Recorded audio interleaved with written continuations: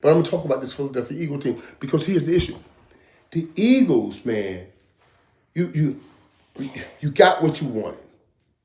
A.J. Brown, the last 3 games, have had over 100 yards, had another 100 yards tonight. Jalen Hurts threw for 240 yards, and Saquon Barkley went for another 122. And you would think, oh my God, the Eagles are back. They're playing well. Everything going well together. I told y'all, it ain't about just skill. It's a collective will. And that ain't the fact. They lose this game 22-19. And I don't know why they're stuck up in that 18, 19-point range. I do know why.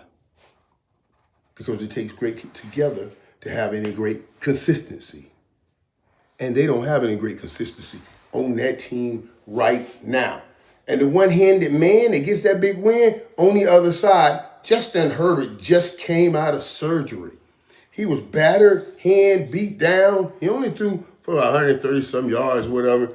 Blood running around, blood dropping everywhere. They had to reband him up. He's running, and he still get the win.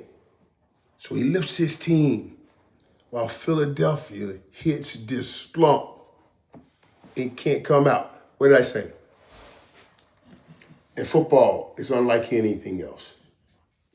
You have to be together to win. In football team organizations, they don't win. Only a football family wins. Because when the valley hits, the family comes closer together and come out better. But when the valley hits a team, or the valley hits an organization, oh, they don't come out better. They hit the bottom and start scattering and pointing fingers. You know what I'm saying? And I'm telling you, in Philadelphia, there you go, buddy. Things are happening. You know what I mean? Things are happening, baby. You okay, girl? Baby, you okay? Sleeping. She okay. She's sleeping. Okay. Things are happening. And I don't know how far this fall will go. If and tied into the Cowboys, the Cowboys lost the game, but they didn't lose ground. They lost opportunity, but they still got a chance. They lost rope, but they're still within striking distance. But I can't even put nothing on that until I see some kind of more consistency. I have seen a 3-game win streak. If you could put that together again, you may even run Philly down with that. So I don't know about that. If you could, now you got the schedule.